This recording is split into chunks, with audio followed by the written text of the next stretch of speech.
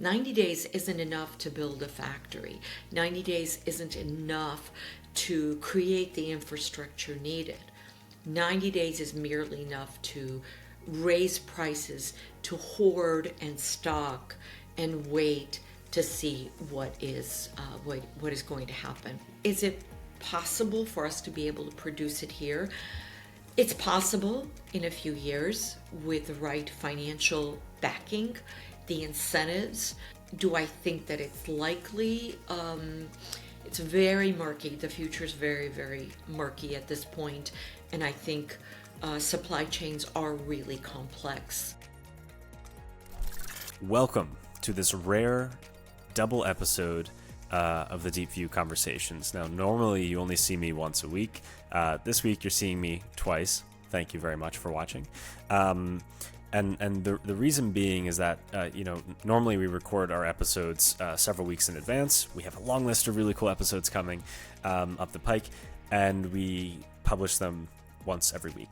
The topic we're diving into today, beyond being timely, is changing at a radically fast and kind of unpredictable rate. And so we recorded this episode this morning with the goal of getting ahead of any additional changes.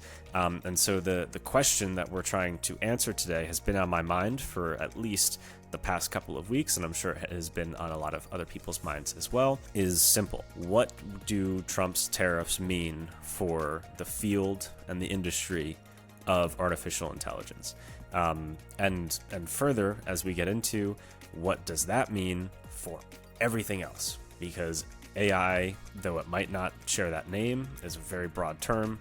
There's a lot of technologies that fit under that umbrella, and a lot of those technologies are incorporated in just about everything that we use on a daily basis. So before we get into it, here is how things stand right now at 12:09 p.m. Eastern Time. Just a couple of weeks ago, President Trump imposed sweeping global tariffs, what he called reciprocal tariffs, around the world. These included additional tariffs against products from China, where we do a lot of manufacturing, as well as a 32% tariff against products from Taiwan. I mentioned the Taiwan one specifically because Taiwan is home to, among other things, the Taiwan Semiconductor Company, which fabricates NVIDIA's chips, as well as the chips and GPUs for a number of other companies. And so as it relates to AI, the Taiwan focus is important.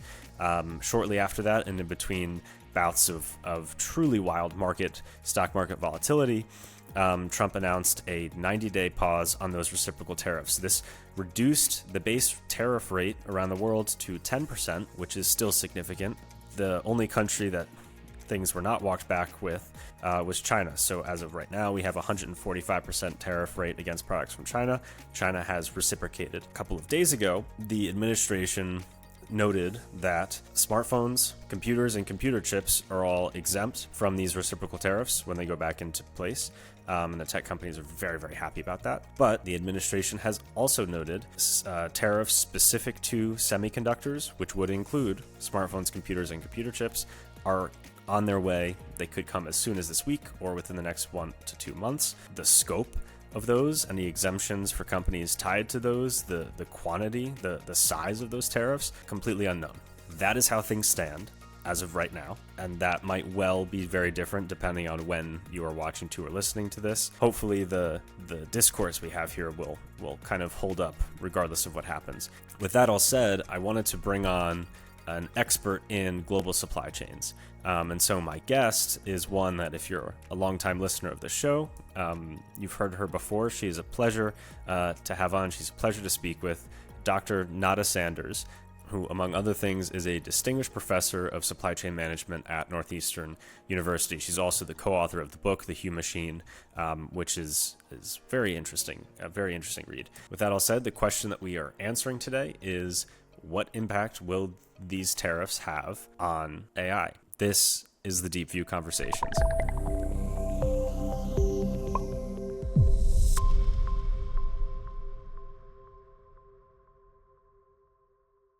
Nada, thank you so much for being here again. You're our first repeat guest, so very excited to talk with you today. Thank you, Ian. Thank you so much for having me on. Yeah, so obviously the big kind of thing on everyone's mind right now is the tariffs and the trade war. And to me, the first thing I thought was, how does that impact AI writ large? And the first person I thought to ask that of was you. And so this stuff is moving very, very fast. As you just kind of mentioned before we hit record, it's a moving target and things are changing very quickly. And so I kind of want to explore some different scenarios and kind of try and unpack the different ways that these actions could impact different elements of what's going on. But I want to start with this, you study supply chains, and it might not be obvious to people how much of a supply chain AI is.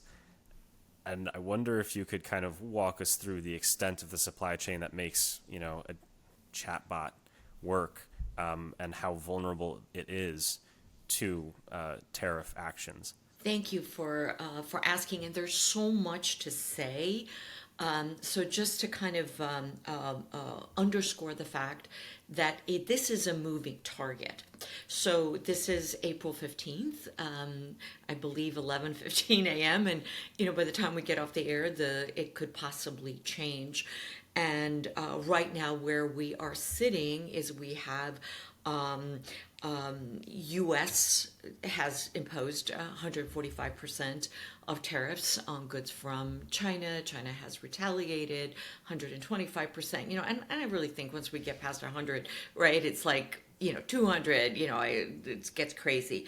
And what I think what is also particularly significant are export restrictions that China has imposed. And the reason is that with the tariffs, at least with the right amount of money, you can access the goods. With an export restriction, you cannot. There's a limitation, there are licensing that has to take place, which means there's no amount of money that could give you access to those goods. So kind of coming back to the question that you had asked, I'm a business professor. My area is supply chain management. And within that, I focus on forecasting and building supply chain resilience, and then the interplay between human decision making and technology, which is AI. And we have evolved, our economy, the global economy has evolved into very much a global ecosystem over the years. Because of free trade, because of growth, because of the need and desire to access goods, we have these super intertwined supply chains. That means that we access, when it comes to AI, when you're talking about everything from hardware to software to displays to servers to all the things that we need, we are looking at raw materials that come from many, many, many places across the globe. Some of those raw materials, in particular, such as the rare earth minerals, do come from places in the world where they are only available. And China has the primary source of these that are used in all kinds of component parts and equipment that then is made into sub-assemblies that then may be shipped to the U.S. or that might go to Vietnam and then to U.S.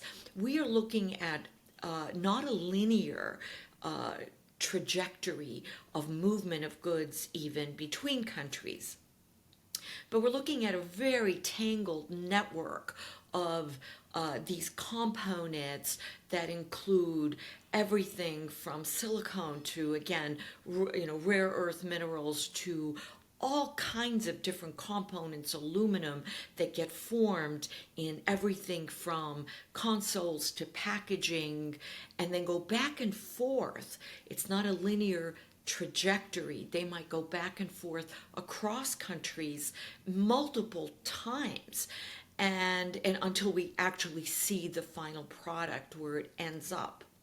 With the tariffs imposed on it, and now especially the export restrictions, and also the fact that this is very much now a volatile moving target where it changes hourly or daily at minimum, What's happening is that everyone is scrambling. We, as a country, and I think every country, and this is certainly manufacturers and those that we, you and I, and everybody listening, purchases goods from, and that includes businesses, they are scrambling.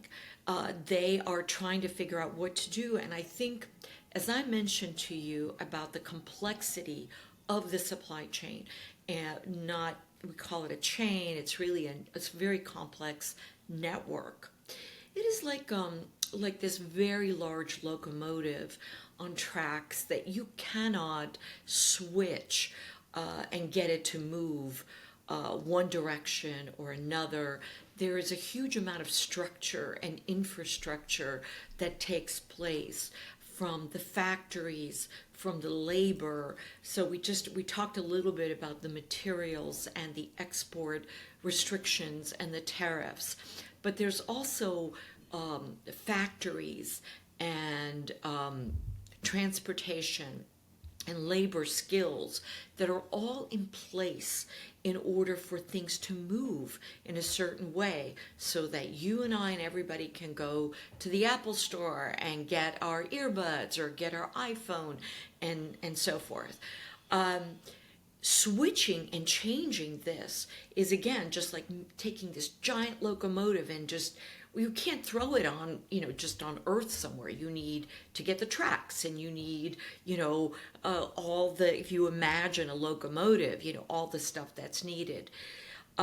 What companies have been doing is, since COVID, they had tried to expand, Apple did this in terms of, getting Foxconn to produce in India and so forth. They had already been moving and diversifying their supply chains in order to be ready. And I think that was a smart thing to do. I think without question, we know from a supply chain standpoint, relying on one source is dangerous. It's risky. So they had already begun to do that. But it takes a tremendous amount of time to do that. And these tariffs had come on relatively suddenly. There has not been time to prepare. So while I think it is noble to talk about wanting to bring back production and manufacture, to the United States. And I think in certain cases, I think it is important to do that. One, it takes time to do. It takes money and time. Regardless of the amount of money, you need a certain amount of time. You cannot just, build a facility. And I remember a couple of years ago, I don't know if you remember the contamination of baby formula that was going on. And with baby formula, as a supply chain person, that is not nearly as complicated as dealing with AI, data centers, semiconductors, all of it. And even with baby formula, we couldn't just throw up and build up a facility because you need regulation and there are standards. When it comes to the kinds of products that we're talking about with AI, we're talking about the need for specific components that right now some of them we can only access from China. So what I'm seeing companies doing, stocking up. Everybody is stocking up. Individuals are stocking up. Companies are stocking up. They're loading their warehouses, their distribution centers with the goods that they have. There's lobbying going on for exceptions, exemptions of various types. There is also obviously efforts that are being made. NVIDIA is a great example of trying to really very rapidly ramp up production in the United States. Again, I think it's noble, important to do that. But I think that there is a tremendous amount of chaos and confusion. And I think that if we zoom out and just say kind of what is happening and how is it going to impact AI, I think without question, I think at least for now, we will see prices going up. I think, I don't want to say stagnation, that's the wrong word, but I think a slowing down in innovation with regard that rapid innovation when it comes to AI. I think from a business standpoint, one of the things, I'm a business professor, that I have urged businesses to focus on the AI technologies that are usable for them, that meet their strategic objectives. I think it's going to force companies to focus, to really focus. That's a good thing. You had a guest on a couple of months ago, and I think he very notably pointed out the difference between artificial general intelligence, and I think he noted on useful intelligence. And I could argue both ways, because I think what is not useful at the moment, but what is innovative, eventually becomes useful. So, there's just because something isn't useful you have to have this innovation, because we have so many innovations, and those innovations may not be useful at the moment, but they will become useful.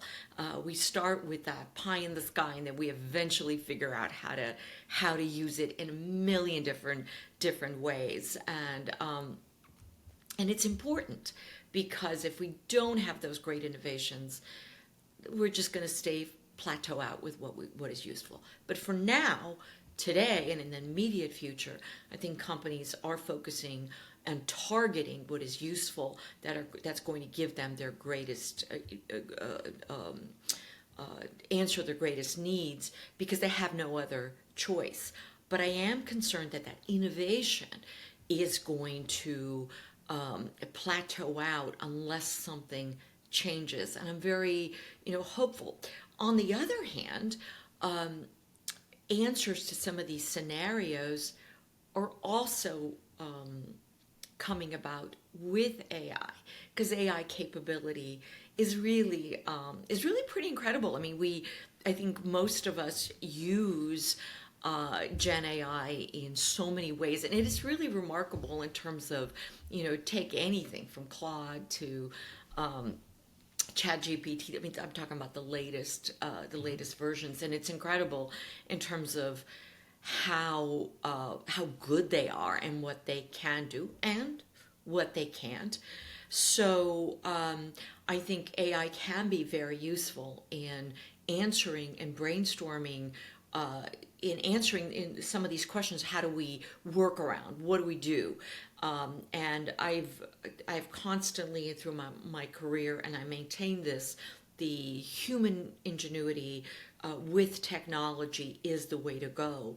And I think AI may help business leaders right now brainstorm in terms of scenarios to address what is immediately facing them in terms of these political issues that I think are outside of the realm for, because we talk about the big tech, and we talk about NVIDIA, but we talk about the large companies. There are so many small and medium-sized companies that are being impacted, that don't have the clout, that can't get out there, and don't have the money to lobby and to do all that.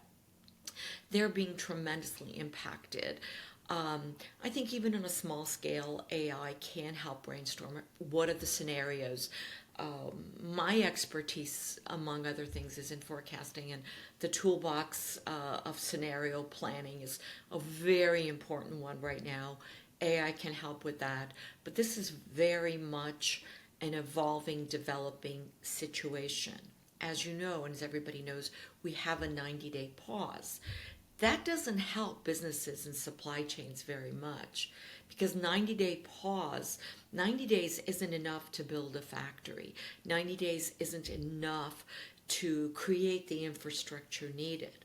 90 days is merely enough to raise prices, to hoard and stock and wait to see what is going to happen. And I can keep talking, Ian. I mean, it's just quite evolving and critical area. Yeah, definitely evolving, super critical. Um, in terms of the idea of bringing this back, bringing this manufacturing back to the U.S., I think, and just to underline the point you made, where beyond the fact that this is a locomotive, and once you cut power, it takes a lot of pushing to get it back up to speed. But that we don't have in the U.S. access to, if you think about the supply chain pipeline for ChatGPT, you're starting with rare earth minerals to produce the chips, and it's not just silicon; it's all these other materials to produce the chips that then go into NVIDIA's GPUs, which line the data centers, which are loaded up with hardware, server racks, etc., that come from and are manufactured in other places. And these are, China has a near monopoly on certain of these rare earth minerals that are vital for semiconductor production. We don't really have that, and so the idea of the manufacturing of specifically the semiconductors, moving solely back to the U.S. seems not really achievable. But under the guise of that's the thing that they're trying to accomplish. And you mentioned NVIDIA and Apple as well. In February, Apple was trying to get ahead of this, and they said we'll That's do right. $500 billion Isn't in that the amazing? U.S. over the next 4 years. And NVIDIA says, yesterday they said this, that they're producing GPUs, their Blackwell chips at their plant in Arizona, and they're building 2 new plants in Texas with partners that are based in the U.S. But we have a very different environment here than in China. We might have a lack of available skilled workers to be working in those factories. The likely scenario, it seems to me, is that it will be much more expensive to chips produced in America will likely be more expensive, tariffs aside, than those that the companies produced in China. They went to these other countries for a reason. And so I guess in a long way, circling back to this idea of is it realistic to actually ramp up full production several years down the line, where these companies don't really need their factories in India or China or Taiwan, but they actually have a kind of vibrant U.S. based manufacturing environment. And I guess, is that realistic, and is what's going on here, could that help push us toward that? It's a it's a really great question. I'll tell you why. I have thought. I remember during COVID thinking that there were certain things that were essential to have to produce here in the U.S. that would so that we would not be so vulnerable. Chips are definitely a part of it. I remember really, you saw what was going on during COVID and what had happened. There was another one, it was penicillin, and I remember being really surprised, thinking, oh my gosh, I am shocked that how much of critical medications are sourced from China, India, Ireland, and so forth. And I remember, and I'm just a layperson, and thinking these are all part of national security that I think would be really important.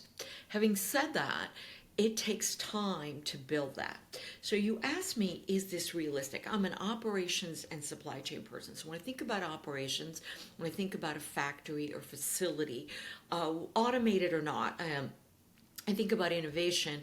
I think about the actual structure of the facility. I think about machines, technology. So many cases that even when we produce items here, we actually purchase equipment for those assembly lines in China or elsewhere, or maintenance equipment. So we might even have the equipment here, but the equipment for maintenance, preventive maintenance, might be purchased elsewhere.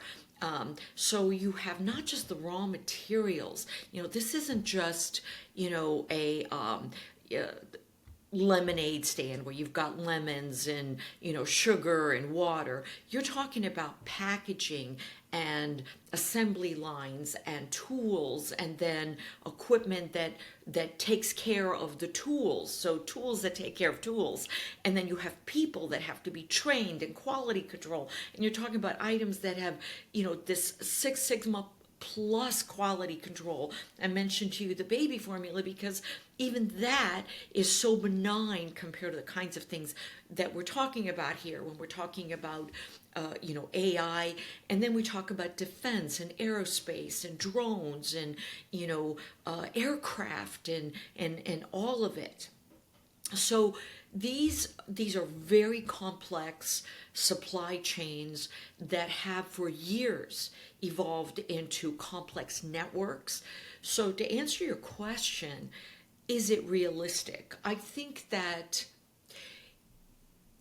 possibly on a small number of items, on a narrow product line, with caveats such as that possibly in a few years innovation could get to the point where we're not using or relying so much of these on the rare earth minerals, but there's other kinds of chips or other kinds of innovations that and I think that is when we look at innovation and the way that we do things. Can we innovate product design? Because you have product design, you have process design. You have a process. We just talked about the process of the way that we produce semiconductors and everything that goes into computers and all the way to data centers. And then there's the product itself and the innovation that goes into the product. And those we should see, and we should be incentivizing innovation in the product where maybe we are not relying on the rare earth minerals. And I cannot tell you, is that possible or not? I think when it comes to innovation, I believe that anything is possible with the right creativity, the right know-how, incentives, money put forth towards it. But then we come full circle. We need money and time. And I guess my concern is that we haven't done that and the tariffs are being put in place. So we have this immediacy where we are shutting off the supply, the inbound supply of the goods that we need for the current products and processes in place, which the immediate effect is hoarding and price hikes that are there. I would love to see the monies that are being put forth to incentivize massively the innovation, so that in 2 years, say, we are able to do to make these kinds of products, or at least some of them, here at home. To say that we could produce because when you talk about products, you're talking about the product itself and the product innovation. You're also talking about product variety, among other things. You and I, there's just so much we could just talk about that. We talk about chips in this kind of a generic form, right? But how many different kinds of chips are there, and what are they used for? And that's just chips, right? We haven't, so I'm not sure that we can do the full product variety, because every time you begin to kind of focus and narrow down the production process, you do product improvement, but then there's product variety, then you get into price. I think, and I'm hoping that at least the listeners can get a sense of the kind of complexity that we're looking at here that goes into all of it. So I think, is it possible for us to be able to produce it here? It's possible in a few years with the right financial backing, the incentives. It's possible. I mean, anything is possible. But do I think that it's likely? It's very murky. The future is very, very murky at this point. And I think supply chains are really complex. They're entangled right now. I think companies are looking for immediacy. Their immediacy is, I already mentioned, the price hikes, the hoarding, really trying to get into Mexico, Vietnam, other countries where they're able to produce, manufacture, source from, that are going to be cheaper, that are going to circumvent the tariffs. And engaging in other kinds of efforts in this very volatile time period. But I think for the average consumer, you're going to see all the electronics, all the things associated with AI. I think plateauing in innovation, and I think more expensive. On the good side is I'm hoping it forces businesses to really begin to target what they need AI for and what's going to give them the greatest use with what they have at the moment. It's a tough nuance, and it's a tough, thing to thread there for companies. I would not want to be Jensen Huang right now. Um, but, you know, the kind of worst case scenario, I guess, which it seems like is playing out. We have the tariffs in place. The broader reciprocal tariffs are on pause, like you mentioned, for 90 days, with the assumption that they might go back in place.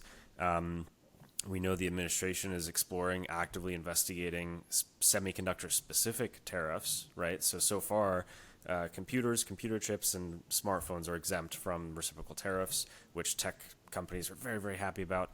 But it has been promised that semiconductor tariffs are coming and these things would not be exempt from them. And obviously, like, we're talking specifically about AI, but, as you mentioned, and I think this is another really good point, because we're not, as a people, we were never really trained to think about the full pipeline behind the product in hand, and semiconductor chips are in everything. They're in everything, and AI, even a year ago, 2 years ago, we talked about AI as this technology. It is immersed in everyday life right now. If you look at any kind of operation, it is from the marketing, the operations, procurement, managing supply chain optimization, inventory quality control. AI is embedded and is an essential partner, an essential tool in the production process. Supply chains are complex. They're notoriously complex. And it is frustrating as a supply chain expert to see that some of these lessons have not been learned. I mean, for the love of God, think about what happened with stupid toilet paper during COVID. That was not that long ago. Toilet paper is a great example. It's a great example of the inability or the difficulty in scaling. Scaling is a huge thing in terms of being able to scale production, to distribute, to switch production processes to something so benign that has such a shallow bill of materials, meaning the ingredients, the components that go into this product, and then you take something as a server, as a iPhone, as any of the items, as a semiconductor, as a chip, and in everything that it impacts, as I mentioned, defense and aerospace, and I'm thinking of everything that we do, home appliances. Okay, I mean, we don't have to go as far as defense and Lockheed Martin. We just look at our kitchen and see what that looks like. So I think AI is so embedded in our lives and everything that we do.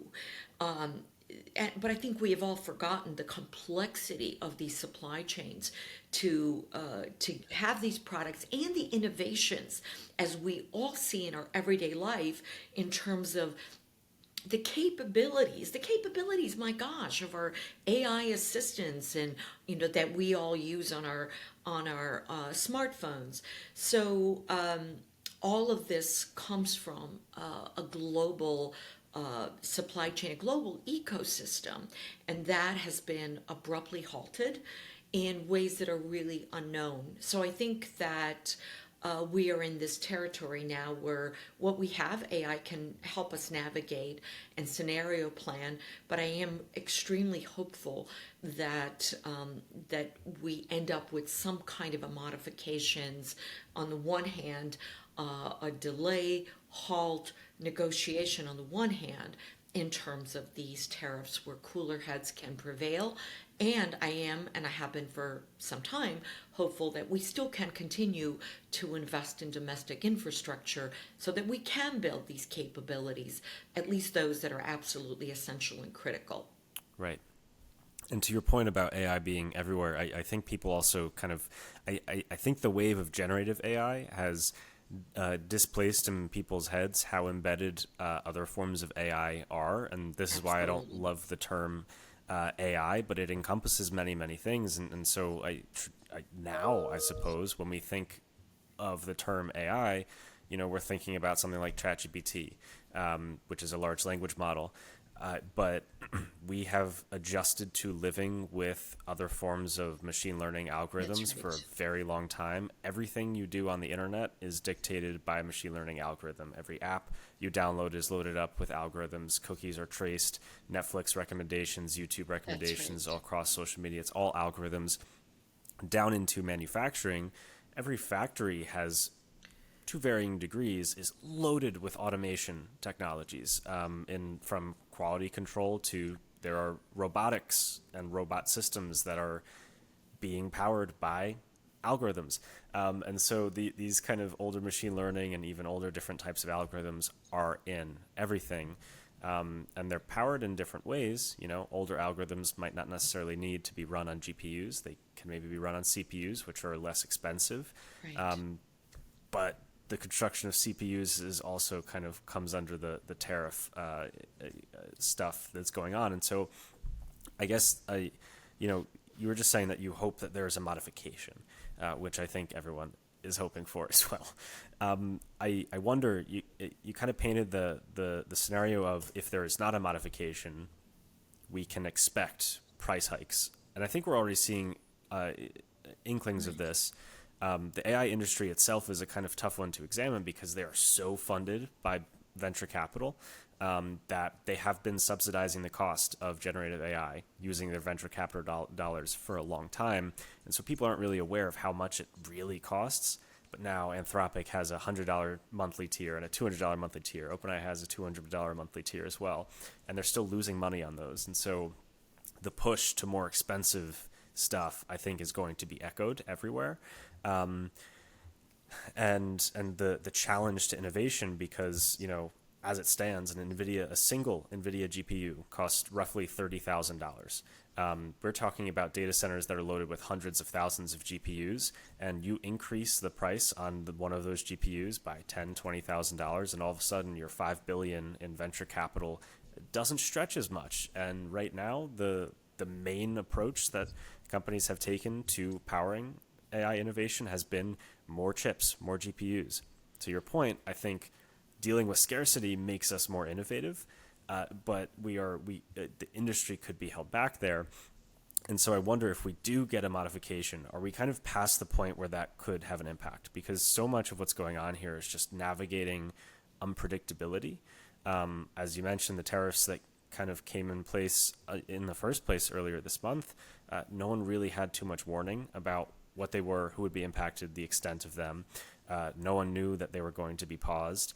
And no one knows what's going to happen next. And so as companies are making commitments to spend hundreds of billions of dollars trying to respond to them, um, you know, if there was a pledge that all semiconductor tariffs are off the table for the next 18 months, get your stuff together, is that a thing that companies can take and use that time? Or does just the chaos of, but maybe tomorrow I'll change my mind on that, which is kind of just the pattern that we've seen so far, does that make it just really difficult?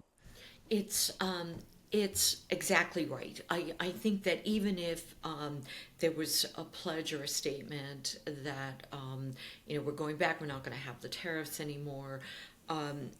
I think that the level of uncertainty and volatility is such that if you're running a business, if you're running a company, your priority is going to be to have as much cash on hand, to be as liquid as possible, to stay afloat. You cannot afford to get yourself in a position where you are losing money or can't afford to run your business.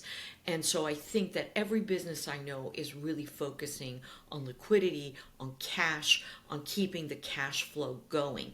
That means that, raising prices as much as possible, hoarding as much inventory.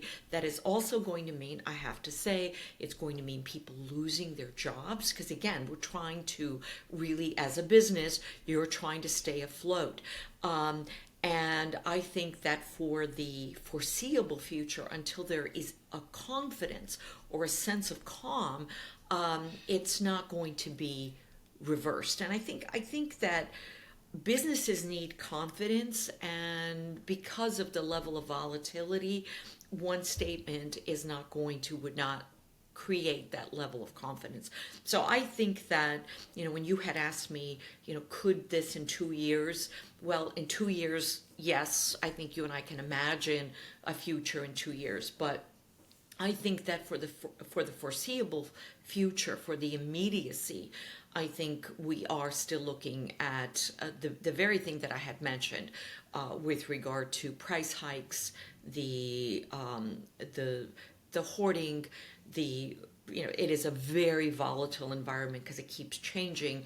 And so I think that it's going to be a really bumpy ride, and everybody's going to kind of hold on to what they have. But I think that we are looking at businesses trying to cut costs in every way they possibly can. And I think everyone I know is scrambling in terms of supply chains. Can we again do it out of Vietnam or Mexico? Can we build something here? But again, you don't have the talent necessarily. You don't have the facilities. How quickly can you do that? You need cash to do that. Are there going to be subsidies? One of the answers could be if these businesses were to see large subsidies to be able to help facilitate this. One of my concerns also, and you and I have just talked about this with regard to AI, it's embedded in everything, even for small companies, in terms of, managing the market in ways that users, consumers aren't even aware of. That, you and I, most people, again, they think of LLMs like, ChatGPT and things that we use, but they don't realize, in how many ways these are embedded in the production process, in visual systems that monitor quality control and sensors and everything. And all of that costs a tremendous amount of money. Companies, again, are going to be forced to pare down and to focus on what is essential. No question about it. I am a true believer as an operations person in the 80-20 principle. I believe this for every business. So, you go after the inventory items, the customers, the every aspect of your business that is going to give you the greatest return, and you might have to parse out and eliminate those that do not. And again, that's going to impact product variety. You narrow down your customers, you cut costs, all of that. Those are the kinds of things that we are going to be seeing. But I do especially worry about small and medium-sized companies. There are so many of the smaller businesses that barely survived COVID, that barely got through COVID, and were rebounding finally and getting their balance sheets back up. This is a really big deal for them in their ability to function, and I'm extremely worried that we're going to see a lot of bankruptcies. I guess my last kind of thing on that point as well is the scale of capital required to dance between the raindrops, as it were, of whatever's going on here. Folks like Apple and NVIDIA have the capital on hand to do that. That's right. The smaller competitors, whose names might not be household names, likely don't. And it seems likely that we might be pushing toward an environment where there is a massive reduction in the potential for competition in the space, which means it's easier for a couple of companies to keep prices high. Yes, and I think that, we all know, competition is essential to keep the prices at a level that we can all access goods. And we've gotten so comfortable, all of us. And my concern is that it is going to get to the point where we see bankruptcies, we see a few companies dominate, keeping their prices high. The access to services, goods and services, I think has the potential to become extremely limited. And I am really, really concerned that those that have are going to be that the large companies are going to be able to afford some of these things, the Apples, Nvidias, and I do very much worry that the smaller ones are going to vanish, and that I think is a loss for all of us. Well, Nada, we're gonna cut it there, and I guess you and I both will be closely watching whatever happens next. But I definitely a bumpy ride. But thank you so much for coming on and Thank you. trying to unpack the breadth of what's going on here. Thank you for having me on. Anytime.